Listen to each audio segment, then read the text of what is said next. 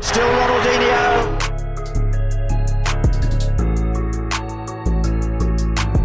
How does a boy from Porto Alegre go from earning $20 million a year in endorsements to playing futsal in a Paraguayan prison for a roasted pig? This is the unbelievable life of Ronaldinho, the man who made football feel like magic, a legend whose no-look passes stunned the world, whose joy was contagious, whose fame stretched from Barcelona to every corner of the planet. But behind that trademark smile lies a story far wilder than his highlight reels: the fake passport scandal. The 32 days in prison, the sudden fall from global superstar to international headline. And yet, through every twist, good or bad, Ronaldinho remained what he's always been, a phenomenon who lived life with the same fearlessness he showed on the pitch. Today, I'm unfolding the backstory, the joy, the turmoil, and the jaw-dropping moments that turned Ronaldinho's life into a tale almost too wild to be real. In the vibrant rhythm of Porto Alegre, where football fills the air like a song carried on warm wind, a boy was born on March 21, 1980, Ronaldo de Assis Moreira, later known as Ronaldinho. The youngest of three, he grew up alongside his brother Roberto and sister Daisy in a tight-knit family. His father, João, a shipyard worker with a footballer's past, kept the sport alive in their home, while his mother, Dona Miguelina, worked tirelessly through nursing school to support her children. Football wasn't just a pastime, it was the family's pulse. When Roberto advanced in Gremio's youth system, the club moved them to the more comfortable Guarujá district, a shift that felt like stepping from dim light into morning sun. Ronaldinho watched Roberto with admiration, and Daisy later became part of the support system that guided his career. But life changed abruptly when Ronaldinho was 8. His father's sudden death in the family pool struck like a storm splitting a quiet sky, leaving the siblings to cling to one another for strength. Roberto grew into both mentor and guardian, while Daisy helped hold the family's world together. Ronaldinho found refuge in movement. In the dusty streets and crowded futsal courts, he expressed what grief couldn't silence. Often the smallest player, he earned the name Ronaldinho, Little Ronaldo, not for his size, but for the spark that refused to dim. His style blossomed in the raw arenas of street football and beach games, where he slipped through opponents like water, weaving between stones, sharpening the creativity that would later enchant the world.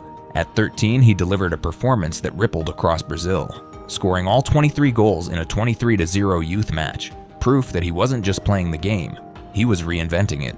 By 1997, he wore Brazil's U17 jersey, helping lead the team to victory at the FIFA U17 World Championship and drawing global attention. Ronaldinho's professional ascent began in 1998 when he stepped into Gremio's senior squad with the confidence of a prodigy and the imagination of an artist. He moved through defenders like wind slipping through tall grass, scoring effortlessly and leaving crowds stunned. In 89 appearances, he netted 47 goals, a testament to a talent growing too large for Brazil to contain. His early triumph reached a peak with the 1999 Campeonato Gaúcho, announcing him as Brazil's newest showman. Europe soon beckoned. In 2001, Ronaldinho crossed into Paris, carrying the glow of promise as he joined Paris Saint-Germain. Under the city's glittering lights, his feet crackled with energy, dribbles sparking like electricity, passes flowing like poetry. Criticism of nightlife trailed him, but it never dimmed his brilliance. He dazzled Paris with solo runs, unpredictable flair, and helped secure the 2001 UEFA Intertoto Cup, proving that even in the world's most romantic city, he could still be its brightest spectacle. Then came the global eruption. The 2002 FIFA World Cup transformed Ronaldinho from star to phenomenon. Alongside Rivaldo and Ronaldo, the iconic 3 Rs, he powered Brazil toward their 5th World Cup victory. His audacious 40-yard free kick against England rose like a comet, cutting across a stunned sky, leaving the world speechless. In that instant, he stepped firmly onto football's throne. By 2003, Barcelona came calling. The club needed revival. Ronaldinho arrived like a spark in dry timber. What followed was a renaissance. He gave Barcelona its heartbeat back, bringing swagger, joy, and a style that made even rivals pause in admiration. He led the team to back-to-back La Liga titles, 2004-05, 2005-06, and crowned their resurgence with the 2006 UEFA Champions League title, a victory that lit up Camp Nou with renewed pride. At his peak, Ronaldinho stood untouchable. The world bowed as he claimed FIFA World Player of the Year in 2004 and 2005, and the Ballon d'Or in 2005, football's highest honor. Even the Santiago Bernabeu, home of bitter rivals, rose to its feet when he single-handedly dismantled Real Madrid's defense. Admiration followed him like a shadow. Later on, he traded Barcelona's bright fireworks for the tactical rigor of AC Milan. Though age tugged at his speed, his brilliance endured, appearing in sharp passes, curling strikes, and fleeting samba-like footwork. His crowning Italian achievement came with the 2010-11 Serie A title, proof that even as the flame flickered, it still burned hot enough to reshape games. But Brazil was calling him home. With Flamengo and later Atlético Mineiro, Ronaldinho rediscovered the joy of his youth. In 2013, he captured the Copa Libertadores, South America's most sacred trophy, and in doing so became the first player ever to win the World Cup, Champions League, and Copa Libertadores, a trifecta so rare it glows like legend. His journey wound down through Querétaro in Mexico and Fluminense in Brazil, where he continued sharing glimpses of the sorcery that once dazzled the world. He stepped away from football quietly, gracefully, as though fading backstage after the final notes of a perfect performance. Ronaldinho's life off the pitch mirrored his play, wild, bright, and impossible to predict. His first deep romance sparked in 2002, when he met Janaína Natiel Mendes in a lively Rio TV studio, their connection warming instantly like a samba melody catching flame. They married in May 2004, and their son João was born a year later, grounding him with a soft steadiness rare in his whirlwind world. But fame cast long shadows. As he rose across Europe, rumors trailed him. Brief romances with women like Sarah Tomasi, Alexandra Parisant, and Jimena Capristo flickered like sparks from a fire, bright for a moment before fading. The most dramatic chapter emerged in 2017, when he lived with Priscilla Coelho and Beatriz Souza under the same roof. He balanced both relationships with meticulous symmetry, alternating nights, matching gifts and allowances, a choreography as precise as his no-look passes. The world gossiped, and his sister Daisy disapproved, refusing to attend their rumored 2018 ceremony. His nightlife only amplified the legend: lavish parties, loud music, and unforgettable gatherings, including a notorious 2012 celebration filled with teammates and reportedly paid models. Yet beneath the glamour lived someone who valued closeness. He traveled with loved ones, stayed bonded to family, and cherished quiet moments with João. His relationships, fleeting or lasting, traditional or unconventional, revealed a heart that moved to its own rhythm, refusing to follow anyone's script. In love, as in football, Ronaldinho remained beautifully unpredictable, a free spirit whose heart danced with the same joy and chaos as his feet. And that's where Ronaldinho's story shifts, from making history to making fortune. Ronaldinho's financial ascent began during his radiant years at Barcelona, where his brilliance brought him 8 to 10 million euros a year, a salary that placed him among football's elite earners and helped him collect around $45 million across his career. His income rose like a rocket lifting off from the Camp Nou, fueled by performances the world couldn't look away from. But his real fortune blossomed far beyond the pitch. Global brands chased his charisma, eager to borrow the magic of that unforgettable smile. Partnerships with Nike, Pepsi, EA Sports, Gatorade, and Danone poured in millions, over $19 million in 2006 alone. And to this day, a single appearance or promotional post can fetch more than $250,000, proof that his name still glitters like gold. Across his career, he gathered 20 endorsements across 11 industries, from gaming to fashion to tech, building a commercial empire as diverse as his skill set. As his playing years began to fade, Ronaldinho smoothly pivoted into business, expanding his financial universe with the same creativity he once used to dance past defenders. He launched the Ronaldinho Soccer Academy, planting training centers worldwide to nurture young talent. He jumped into the booming world of gaming with R10 eSports, reaching a new generation of fans. His style became its own brand through Ronaldinho's line, turning shirts and gear into steady revenue streams.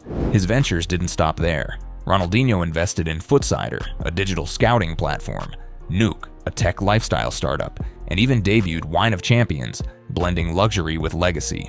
He deepened his wealth through real estate holdings in Brazil, Spain, and the US, alongside collections of art, watches, and luxury cars, assets that shimmer like trophies of a life lived boldly. Embracing the digital era, he transformed nostalgia into income through his YouTube channel, earning $3 to $7 per thousand views, turning trick shots and memories into a modern revenue stream. Though legal troubles and property disputes sparked rumors of decline, verified reports show he remains financially strong. 2025 to 2026, his net worth stands between $90 to $115 million, with analysts suggesting he once peaked near $170 million, a fortune built on flair, charm, and a brand that never stopped shining. Now where does the wealth go? Straight to the showroom, keys first, questions later. Ronaldinho never saw cars as metal and bolts. They were extensions of his mood, wild when he wanted thunder, elegant when he wanted velvet, a second stage where engines sang like stadiums at full voice. At the center, the Bugatti Veyron rules like a crowned monarch, a hypercar valued from $1.2 million to $3+ million.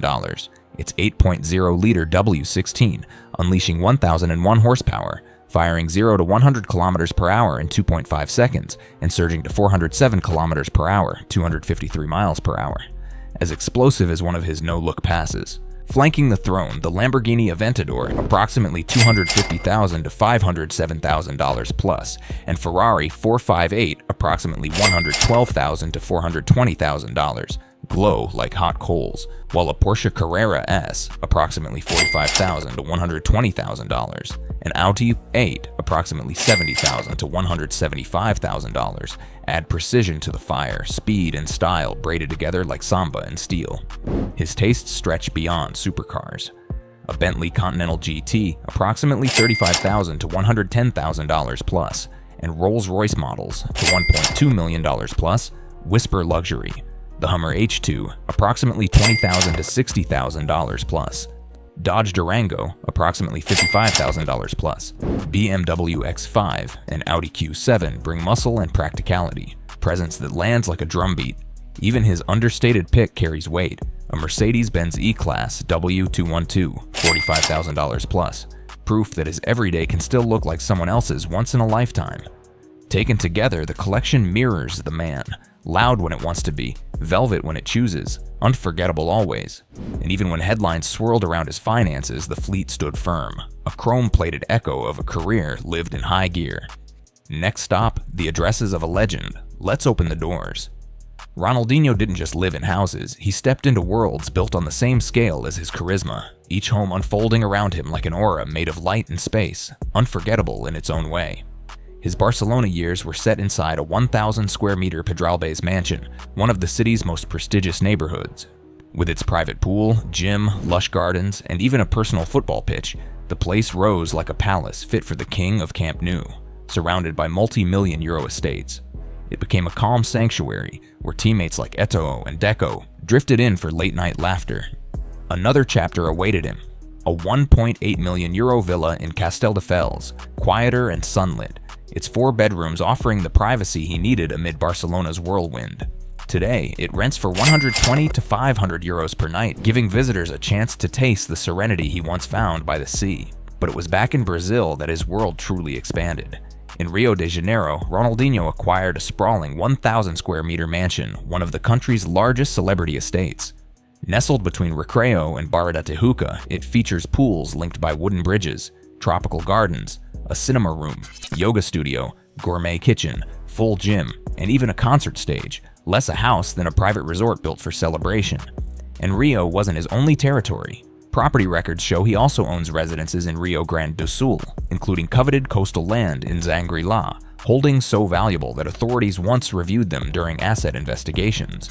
His footprint didn't stop there. Ronaldinho lived widely, collecting homes across continents, in Italy's Lake Como, Florida, and Greece, proving he was just as comfortable under European skylines as beneath American sunshine.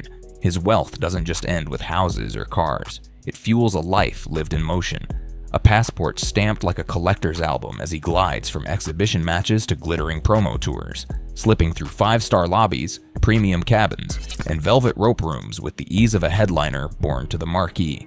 He moves through celebrity parties and elite entertainment circles like a spotlight come to life, yet even that glow casts shadows. Past legal disputes and property issues have carried a heavy price tag, proof that a life at the summit can cost as much as it dazzles. Still, even legends are not immune to gravity. And in the spaces between the magic, Ronaldinho's life began to tilt toward darker, more turbulent chapters. Ronaldinho's life once glittered like a carnival, all joy, flair, and effortless magic. But even the brightest smile can hide a coming storm.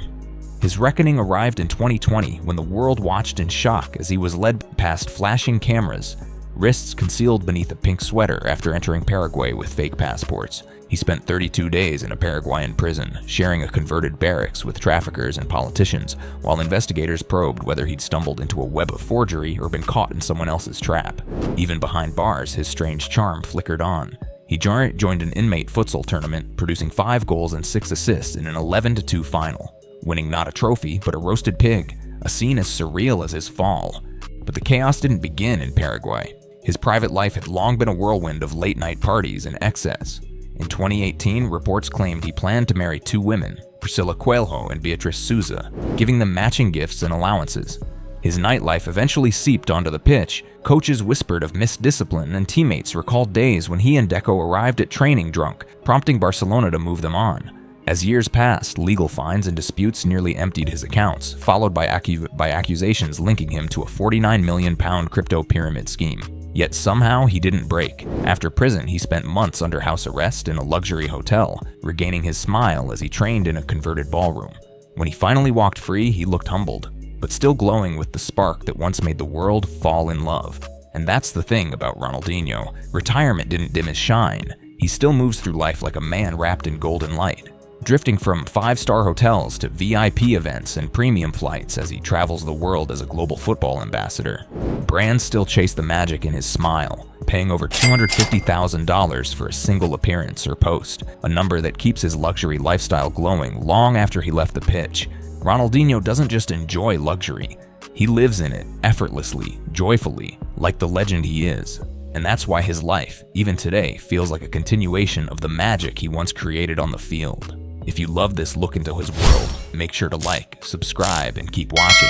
Because with Ronaldinho, the story never stops shining.